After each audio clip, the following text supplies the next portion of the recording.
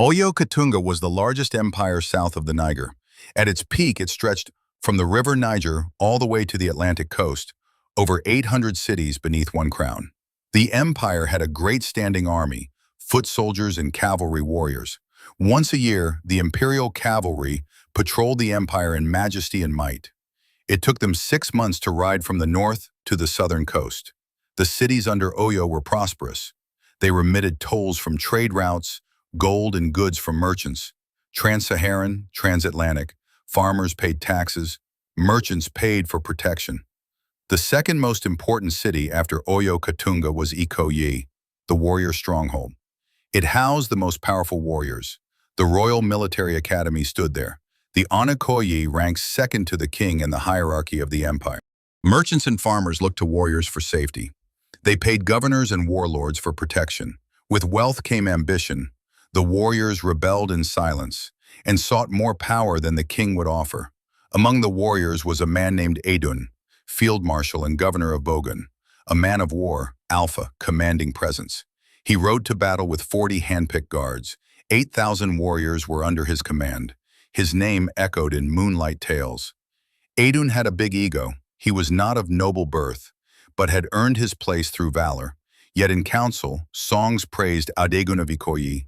While Edun's name was barely mentioned, it bruised him deeply.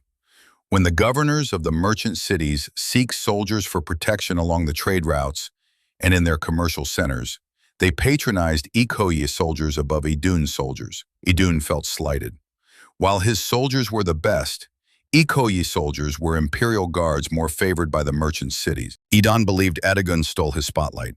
He nursed resentment, quiet and dangerous. For a long time he plotted, and in the shadow of ambition he laid the foundation for treachery and ruin. Ilorin Emirate, a vassal kingdom under the Sokoto Caliphate, working with the emir, embarked on campaigns to invade and sack Yoruba country. To do this, they needed to subjugate Oyo Empire. Soldiers of the emirate marched into the borders of Oyo. They sacked cities, took slaves, carted away jewelry, fabrics, livestock. The emir of Ilorin demanded loyalty. The Oyo king found it insulting. King Amodo of Oyo Katunga had had enough. He summoned his warlords to the capital. Among them was Field Marshal Edun.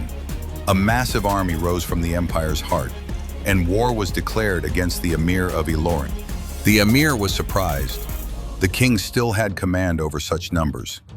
As Ilorin readied for war, emissaries came from Edun.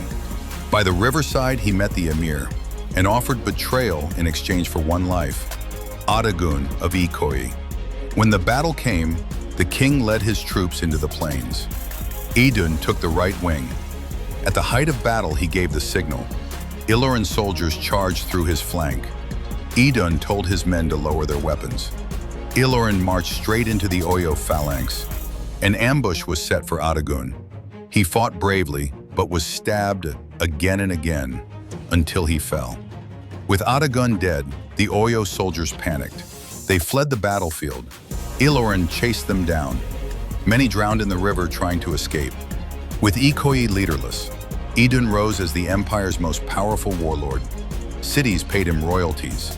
Caravans hired him for protection. He had wealth. Edun saw himself as the preserver of the empire. Ilorin army, feeling strong with the victory, set out to raid and sack the industrial districts in the empire. Edun placed garrisons along the toll roads leading to major cities in the industrial districts, and built a network of couriers to mobilize a large phalanx to protect the industrial districts of the empire. The emir, enraged that Edun dared stand in his way, swore to get his revenge and get rid of the obstacle in his way of expanding into the Yoruba country. With the death of Adegun, 2 nobles vied for the throne of Ikoyi, Seyin Bola, son of the last governor, and Ojo, a noble from another ruling family. The king at Oyo Katunga chose Ojo.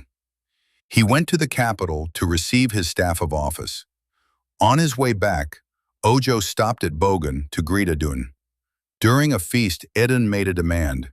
"Swear loyalty to me, before your men and before the gods." Ojo refused. He said, "I am governor of Ikoyi, second only to the king. I cannot swear loyalty to you. It would insult my title and my birthright." Edun was offended, but stayed silent. Ojo returned to Ikoyi. Warriors greeted him in war regalia. They were led by Kurunmi, a legendary warrior. Their spirits were high, but enemies were already moving. Sayinbola was furious. He journeyed to Ilorin and met with Emir Abdul Salam. He asked for cavalry to take back Ikoyi by force. The emir agreed for a price and also made Sayinbola sign an agreement with him that Ikoyi must always be available as a base for the Ilorin army to launch attacks of expansionism into Yoruba country. Sayinbola returned with Ilorin horsemen. The warriors of Ikoyi stood with Ojo. Battle erupted in the streets. Ojo sent to Edun for help, but Edun sent only words. "You refused my handshake of brotherhood. Now fight alone." Days of battle raged. The warriors of Ikoyi were defeated. Ojo was taken to the market square. There, in front of the crowd, he was killed by Ilorin soldiers. With Ojo gone, Sayinbola took power. He rebuilt the military base. He worked to restore Ikoyi's glory. But Edun watched in anger, uncomfortable with the friendship between Ikoyi and Ilorin. He sent a message to Sayinbola. "You have 4 days to leave Ikoyi. If not, I will burn it down, and I will kill you." Sayinbola fled again, back to Ilorin. A week later, the soldiers of Ilorin, joined by Ikoyi's warriors, laid siege on Edun city. His men fought hard but were defeated. Edun escaped through a secret path. He ran into the darkness, Ilorin soldiers close behind. They caught up with him at a nearby farm city. The city was given a choice: surrender Edun or face the emir's wrath. The natives of the city Edun escaped to betrayed him. He was ambushed and killed. A parts of Edun's decapitated body was taken to Ilorin as trophies of war. African proverb: when two brothers fight to the death, a stranger reaps the harvest.